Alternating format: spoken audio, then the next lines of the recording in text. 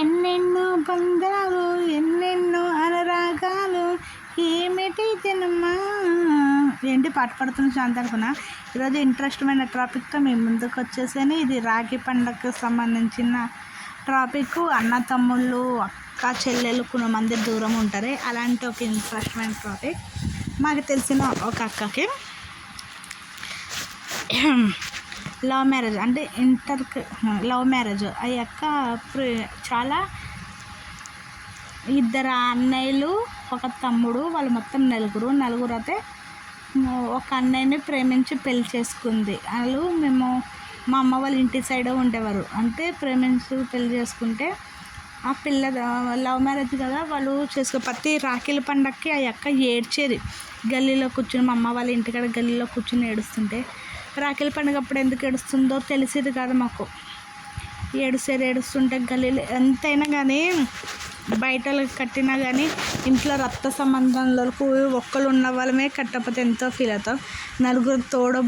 ముగ్గురు తోడబుట్టింది కదా, ఇద్దరు అన్నయ్యలకి ఒక తమ్ముడు కట్టపోలకి కట్టక ఏడ్చేసేది. ఒక సంవత్సరము ఫోన్ చేసి వాళ్ళ అన్నయ్య వాళ్ళ చిన్నమ్మ వాళ్ళ పిల్లల్ని కట్టమంటే వాళ్ళతో కూడా కట్టించుకోలేదని అయ్యకతే నేను ఇక్కడ అయితే మా ఆయన వాళ్ళ ఫ్రెండ్స్ అందరికీ రాఖీలు కడుతున్నాను అన్నయ్య అని. మా సొంత అన్న తమ్ముళ్ళు ఎవరితోటి మా చెల్లెలతోటి కూడా రాఖీ కట్టించుకుంటలేదు. నేను చేసిన పని వల్ల వాళ్ళు అనుబంధానికి దూరం అయిపోయారు అని ఆ అక్క ఏడ్చేది. అందరూ ఇంకా నచ్చజెప్పేవారు. అలాగా నెక్స్ట్ ఇయర్ కూడా సేమ్ ఇదే ప్రాబ్లము. మళ్ళీ రాఖీ కట్టడానికి వెళ్దాం అనుకోపలికి వాళ్ళ అన్నయ్య వాళ్ళు ఫోన్ చేస్తే లిఫ్ట్ చేసి నువ్వు రావద్దు, నువ్వు వస్తే మేము చనిపోతాం అలా ఇలా అని ఫోన్లోనే పెద్ద గొడవ పెట్టుకుంటే అప్పుడు ఆ అక్క ఫుల్ ఏడ్చేది. వాళ్ళ హస్బెండ్ ఏం చెప్పలేరు. వాళ్ళ ఆడబిడ్డలు వాళ్ళందరూ బాగా చూసుకునేవారు. ఎంత బాగా చూసుకున్నారు. రక్త సంబంధికులకి ఉన్న బంధం అదే కదా. ఆ అక్కతే ఫుల్గా ఎలా అంటే నా వల్ల ఎంత ఇదంటే ఆ అక్కకి ఎప్పుడు గుర్తుకు రాకపోయినా కానీ వాళ్ళ అన్న తమ్ములు రాఖీ పండుగ అప్పుడు ఫుల్గా గుర్తుకు వచ్చేవారు. ప్రతి సంవత్సరం 3 రాఖీలు కొనేది ఆ అక్క. ఫస్ట్ వాళ్ళ అన్నయ్య పేర్లు చెప్పి పక్కకు పెట్టినాక ఇంకా బయట వాళ్ళందరికీ కట్టారు. వాళ్ళ ఆడబిడ్డ వాళ్ళ ఆయనకి వాళ్ళకి అన్నయ్య వరుస అయిన వాళ్ళకి 2-3 కట్టారు. 6 రాఖీలు అట్లా తెచ్చారు.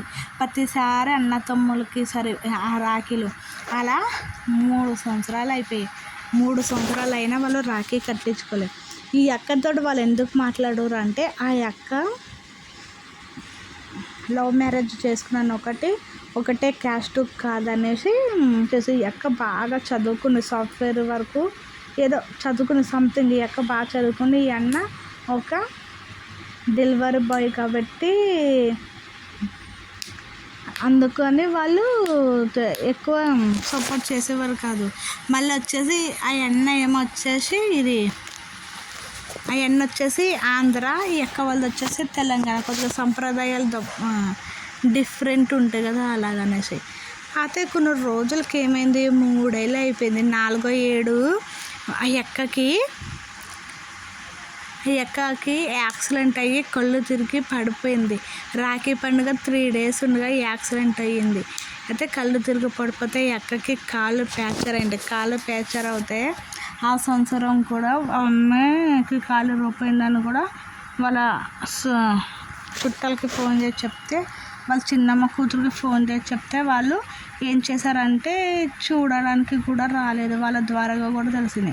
ఈ 4 సంవత్సరాల్లో ఒక్కసారి కూడా తిరిగి వాళ్ళు ఫోన్ టచ్ కానీ ఏం కాదు. అప్పుడప్పుడు వాళ్ళ మమ్మీ ఫోన్ మాట్లాడేది. ఇంక యాక్సిడెంట్ అయిందని తెలిసాక వాళ్ళ మమ్మీ చూడడానికి వచ్చాక వాళ్ళమ్మ కరెక్ట్గా రాఖీల పండుగ అప్పుడే వచ్చి వాళ్ళమ్మ ఒక 2 sarees అవి పట్టుకొని వచ్చి, ఇవి మీ అన్నయ్య మీ తమ్ముడు కొనిచ్చారు, నువ్వేం బాధపడకు, కొన్ని రోజులకి మనం అందరం కలుసుకుంటాం అవన్నీ వాళ్ళ మమ్మీ చెప్పిన. వాళ్ళ మమ్మీ ఆ అక్క వాళ్ళ చిన్నమ్మ బిడ్డ అన్నాం కదా, ఆమెను తీసుకుని వచ్చారు. వచ్చినాకని ఆమె తీసుకుని 2 sarees తీసుకుని వచ్చి ఈమెకున్న రాఖీలు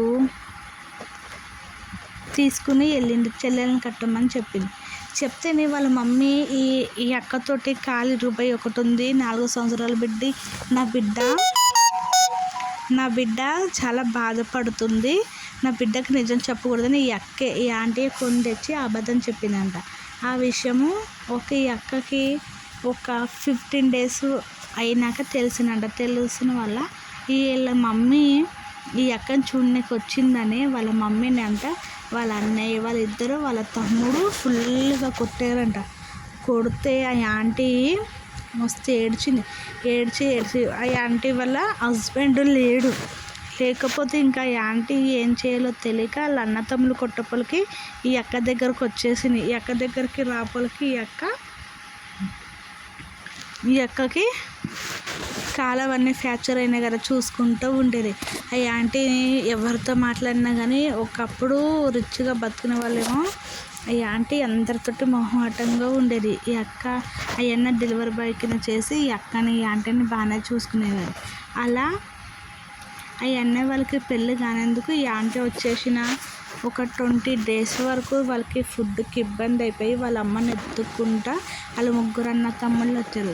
అయితే ఆ అన్నయ్య డెలివరీ బాయ్ కింద డ్యూటీకి వెళ్ళిపోయాడు. డ్యూటీకి వెళ్తే ఈ అక్క అన్నయ్య వాళ్ళ మమ్మీ ఉన్నారు. వాళ్ళ మమ్మీ ఉంటే మాట్లాడతారు. అదే అవన్నీ డ్యూటీకి వెళ్ళిపోయాక ఇలా తల్లి పిల్లలు ఉన్నారు. ఉంటే అన్న వచ్చి ఆ ఆంటీ నిలబట్టుకో వెళ్ళి వాళ్ళకి అయితే వాళ్ళు ఆ ఆంటీ ఏమో గిన్నెలు తోముతుందంట. ఆ అక్కేమో బెడ్ మీద ఉంది కదా, కొద్దిగా లైట్గా లేచి బయట కూర్చుంటే వాళ్ళ అన్నతమ్ముల అడ్రస్ కనుక్కొని వస్తే ఎక్కడ వాళ్ళు అక్కడ వెళ్ళిపోతారు కదా.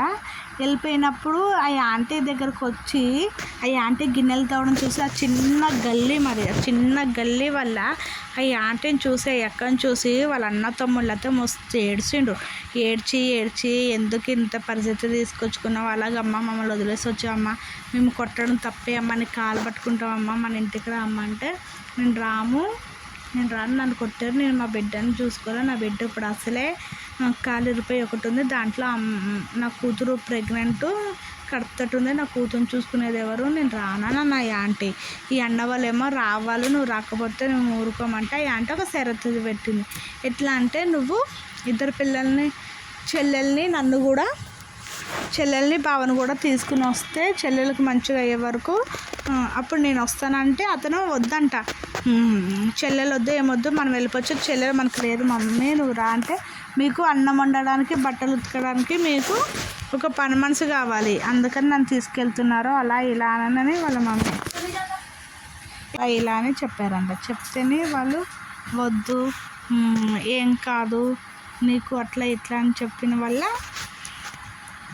వాళ్ళ ఆ అక్క అన్నారంటే అమ్మ పోనీలే అన్నయ్య వాళ్ళు నన్ను తీసుకెళ్ళిపోయినా పర్లేదు, పాపం అన్నయ్యకి నువ్వు ఉండక నేను ఉండక ఫుడ్ కంటే ఇబ్బంది అయిపోతుందమ్మా, పోనీలే అమ్మ వెళ్ళమ్మా అలా ఇలా అని వాళ్ళ చెల్లెలంటే కాదమ్మా ఇప్పుడేమో నువ్వేమో ప్రెగ్నెంట్ తోటి ఉన్నావు, నీకేమో కాలు ఇరిగిపోయింది, ఎవరు చూసుకుంటారా అంటే మాకు మా అత్తమ్మ ఉంది, మా ఆడబిడ్డలు వాళ్ళు బాగా చూసుకుంటారమ్మా, నువ్వు వెళ్ళమ్మా అని అంటే ఆ యాంటీ ఒప్పుకోపోయినా వాళ్ళ అమ్మని బతిమాలి పంపించడానికి తోలికి ఆ ఎన్న వస్తే వెళ్ళండి అత్తయ్య మీరు, నేను చూసుకుంటాను మీ అమ్మాయిని, ఏ బాధలో నేను ప్రేమించిన మీ అమ్మాయిని కానీ ఆస్తిని కాదు కదా, మీరు వెళ్ళండి అని చెప్పారు. అత్తని అప్పుడు ఏమైందంటే వాళ్ళు రిలేటివ్స్ అంతా అలా ఆడబిడ్డలు అందరూ ఒకటే సైడ్ ఉండేవారు పక్కన, వాళ్ళందరివి సొంత ఇల్లులే. అట్లా ఉన్నప్పుడు కొద్దిగా ఒకటే ఏరియాలో ఒకటే ఊర్లో ఉన్న ఫోన్ చేస్తే ఇంత గొడవపలకి వస్తే వాళ్ళందరూ చూడండి రాఖీలు ప్రతి సంవత్సరం ఎట్లా కట్టేది అలాగా ఇలాగా, ఈ సంవత్సరం మీరు రాఖీ మీ అమ్మ చీర తెస్తే నిజంగా మీరే పంపించారని ఎంతో ముడిసిపోయింది, ఇంతలోనే కాలిపోయింది, మీరు కానీ రాఖీ కట్టించుకోవడానికి తీసుకొస్తే తను ప్రెగ్నెంట్ అని చెప్పాలని ఎంతో ముడిచిపోయింది, అలా ఇలాగ అని చెప్తే వాళ్ళైనా నమ్మలేము. ఆ ఎక్క కొన్న 4 సంవత్సరాల రాఖీ వాళ్ళ అమ్మతో పంపించిన రాఖీలతో సహా మళ్ళీ రాఖీలు కొన్నవి కూడా ఆమె అన్నీ చూపిస్తే ఆ అన్న తమ్ముళ్ళు ముగ్గురు మస్తు బాధపడ్డారు. లవ్ మ్యారేజ్ చేసుకున్నాను తప్ప మా చెల్లెల మీద మాకు ఏ కోపము లేదు అలాగా ఇలాగా అని, రాఖీలు కట్టాలని ఎంత ఆశపడ్డదో అలాగే ఇలాగని అందరూ చెప్పపలికి కొద్దిసేపు మొండం చేసి పెద్ద గొడవలు అయినా సరే వాళ్ళ అన్న తమ్ముళ్ళు మొత్తం ఓకే చేసుకుని వాళ్ళ చెల్లెల్ని వాళ్ళ చెల్లెల్ని వాళ్ళ మమ్మీని వాళ్ళ బావని అలా ఇంటికి తీసుకుని వెళ్ళారు. తీసుకుని వెళ్ళాక వాళ్ళు కొన్ని రోజులు బాగానే ఉన్నారు. ఒక 1 మంత్ అలాగా ఆ అక్క ఉండి వచ్చింది. వచ్చాక ఏమైందో ఏంటో తెలియదు కానీ ఆ అక్కకి వాళ్ళ అమ్మగారి ఇంటికాడ అబార్షన్ అయిపోయింది. కాలు సెట్ అయిపోయింది. ఈ అన్నయ్య ఒక 1 మంత్ ఉండి వచ్చేసాడు. వచ్చేసాక ఆ అక్కకి అప్పుడు 4 మంత్స్ 3 మంత్స్ తెలియదు కానీ ఆ అక్కకి ఆ అన్నయ్య వచ్చేసిన 1 వీక్కి కాల్చారు, కింద పడిపోయింది, ఏదో అయింది, అబార్షన్ అయిందంటే సర్లే అని అన్నయ్య వచ్చేసాడు. తెలిసాక వెళ్ళి చూసి వచ్చేసి ఈ అన్నయ్య ఏమో మళ్ళీ వాళ్ళ ఇంటికి వచ్చేస్తే వాళ్ళ మమ్మీ ఆ అన్నయ్య ఉండేవారు. ఉంటే అబార్షన్ అయిందని తెలిసి వచ్చేసాక కూడా కొన్ని రోజులకి ఆ అక్కని తర్వాత తీసుకుని వస్తే అక్క వచ్చింది. వచ్చాక ఆ అక్కకి ఏమైందో ఏంటో ఒక 2-3 రోజులు బాగున్నాక వాళ్ళ అత్తమ్మలతో ఎంతో హ్యాపీగా ఉన్న ఆ అక్క వాళ్ళ అత్తమ్మలతోటి ఆడబిడ్డలతోటి ఆ అన్నతోటి ఊరికే గొడవ పెట్టుకునేది. ప్రతి పని కాడ చిరాకు అవన్నీ తెప్పించుకుని గొడవ పెట్టుకునేది. అవన్నీ పెట్టుకుంటే అసలు వాళ్ళ ఇంట్లో వాళ్ళందరికీ ఏం అర్థం కాదు. ఏంటి ఇలా చేస్తుంది ఈ అమ్మాయి అని అంటే ఆ అక్క అయితే ఇంకా ఆ అన్నయ్య అయితే 1 మంత్కి చాలా వాళ్ళకి పెద్ద పెద్ద గొడవలు అయితే ఒక రోజు అయితే అక్క సూసైడ్ చేసుకోవడానికి కూడా నేను మా అమ్మ వాళ్ళ ఇంటికి వెళ్ళిపోతాను, నన్ను వదిలేసే అలా ఇలా అనేసి పెద్ద రచ్చ గొడవ చేసేస్తే నేను చనిపోతాను అలాగే ఇలాగని ఊరేసుకోబోతుంటే మొత్తం అందరూ ఆపి ఏమైంది ఈ అమ్మాయికి ఇలా చేస్తుంది అలా ఇలా అనేసి ఒక కూర్చోబెట్టి వాళ్ళ అన్నయ్యకి ఫోన్ చేస్తే మా చెల్లెలు మీరే ఏం చేశారు, మా ఇంటికి నుంచి బాగానే వచ్చింది అలా ఇలాగని అన్నారు. అప్పుడు కొంతమంది వాళ్ళ అమ్మగారి ఇంటికి నచ్చ చెప్పేసి తీసుకెళ్ళిపోతామంటే వద్దు, మా ఆవిడ మా దగ్గర ఉంటారని కొద్దిగా అత్తారింటికాడ ఉండాలి అలాగే ఇలాగని అనుకోలకి వదిలేసి వెళ్ళిపోయినారు. మేము మళ్ళీ వస్తాము వారం రోజుల తర్వాత, వారం రోజులు బాగా చూసుకోకపోతే మేము మళ్ళీ మొత్తానికి తీసుకెళ్ళిపోయి డైవర్స్ ఇచ్చేస్తాము అన్నట్టు మాట్లాడారు. ఇదేంటి మొన్నటి వరకు బాగున్నమ్మ ఇలా చేస్తుంది ఏంటని చూసి అందరు అన్నారు ఈ అమ్మాయికి ఏదో మందు పెట్టినట్టున్నారు, అంతలోనే పిల్లకి అబార్షన్ అవ్వడం ఏంటి అలా ఇలా అనేసి ముందు ఏదో పెట్టుంటారని అందరూ అనేసి ఎక్కడికో ఎక్కని తీసుకెళ్తే ఆ అమ్మాయికి మందు పెట్టారు. భర్త మీద అత్తింటి వాళ్ళ మీద ప్రేమ ఇరుక్కోవడానికి పెట్టారు అలాగే ఇలాగని ఆ అక్కకి మందు కక్కించాక వారం రోజుల తర్వాత వాళ్ళు ఒక 3 పెద్దవాళ్ళని తీసుకొస్తే వీళ్ళ ఆడబిడ్డ వాళ్ళందరూ అడిగితే నువ్వు ఇక్కడ ఉంటావా, మీ అమ్మగారి ఇంటికి వెళ్ళిపోతుంటే నేను వెళ్ళాను, నాకు అబార్షన్ ఎప్పుడైనా కూడా నాకు తెలియదు అలా ఇలా అంటే వాళ్ళు ఇంకా నలుగురు తిట్టారు, ఎందుకు ఇలా చేశారు అలా ఇలా అంటే వాళ్ళు నలుగురిలో మాదే తప్పు, మా చెల్లెలు మా ఇంటికి తీసుకెళ్ళిపోవాలని అలా చూస్తే మేము మారినట్టు నటించాం అలా ఇలా అని చెప్తే అవి ఎక్కడన్నది మీరు నటించారు. ఇంకా నేను ఎప్పుడు కానీ మిమ్మల్ని ఏమీ అడగను, నాతో రాఖీలు కట్టించుకోకపోయినా పర్వాలేదు, నా రక్త సంబంధమైన వాళ్ళు మీరే, నా కడుపులో నా బిడ్డను పోగొట్టరు, ఇంకా మీకు నాకు సంబంధం లేదు అనేసి ఆ అక్క పెద్ద గొడవ చేసేస్తే వాళ్ళ అన్నయ్య వాళ్ళు 3 వెళ్ళిపోయారు. ఆ అక్క ఇప్పటికి కూడా వాళ్ళ అమ్మ వాళ్ళ అమ్మతోటి ఎవరితోటి మాట్లాడడం మానేసింది. ఆ అక్కకి తర్వాత కొన్ని రోజులకి 1 ఇయర్ అయ్యాక ఒక పాప పుట్టింది. ఇప్పుడు ఆ అక్క వాళ్ళు చాలా హ్యాపీగా ఉంటున్నారు. మరీ ప్రేమ ఉండొచ్చు, రక్త సంబంధమైన ప్రేమ ఉండొచ్చు, అంతేగాని బాగా చూసుకుంటామని చెప్పి భార్య భర్తను ఎవరినో కులం తక్కువ చేసుకుని ఇలా అని పగలు పెంచుకుని మందు పెట్టి అలా ఇలా చేయడం వల్ల చాలా తప్పు. కొంతమందివి తెలిస్తే కొంతమందివి తెలియదు. ఇంకా ఏంటంటే మీకు నచ్చకపోతే మీరు మాట్లాడడం మానేసేయండి, అంతేగాని అనవసరంగా ఒక ప్రాణం తీసే అధికారం మనకి ఎవ్వరూ ఇవ్వలేరు. ఆ అక్కతే ఆ అన్నయ్యలో సొంత అన్నతమ్ముళ్ళు వెళ్ళిపోయాక ఎంత బాధపడిందంటే మస్తు ఏడ్చారు. ఆ కొన్ని రోజులకి ఆ అక్కకి మంచి జాబ్ మళ్ళీ చేసింది. మళ్ళీ ఆ అన్న కూడా బాగా కష్టపడి వాళ్ళు మేమున్న ఏరియాలోంచి మంచిగా ఇంకొక దగ్గర మంచి ఇప్పుడు 4-5 ఫ్లోర్ బిల్డింగ్ కట్టుకొని ఆ అన్న అదే డెలివరీ బాయ్ కింద చేసుకుంటే ఆ అక్క జాబ్ చేసుకుంటే చాలా హ్యాపీగా బతుకుతున్నారు. ఇప్పుడు కూడా ఆ అక్క జరిగిన సంఘటన వల్ల అప్పటికి ఇప్పటికి వాళ్ళ అన్న వాళ్ళకి రాఖీలు కట్టడం కానీ వాళ్ళ ఇంట్లోకి వెళ్ళడం కానీ ఫోన్ టచ్ కూడా లేకుండా బతుకుతారు. ఒకప్పుడు రాఖీల పండుగ వస్తే ఏడ్చే అక్క ఇప్పుడు వాళ్ళని గుర్తు చేసినా కానీ ఎంత కోపంగా ఉందంటే వాళ్ళు అలాంటి పరిస్థితి చేశారని ఆ అక్కకి ఇప్పటికీ అలాగే మనసులో ఉండిపోయినాయి.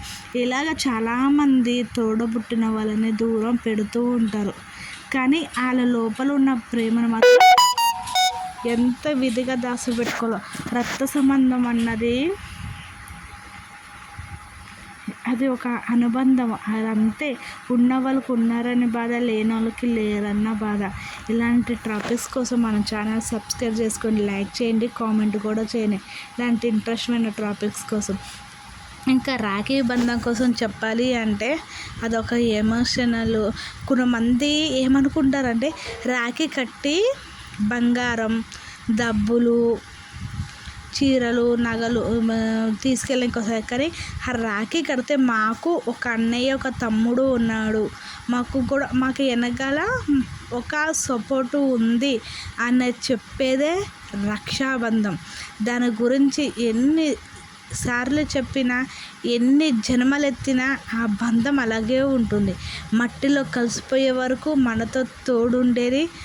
భర్త తర్వాత ఏమన్నా చెప్పాలి అంటే ఒక ఆడపిల్ల తండ్రి తర్వాత ఒక అన్నకి, ఒక తమ్ముడికే చెప్తుంది.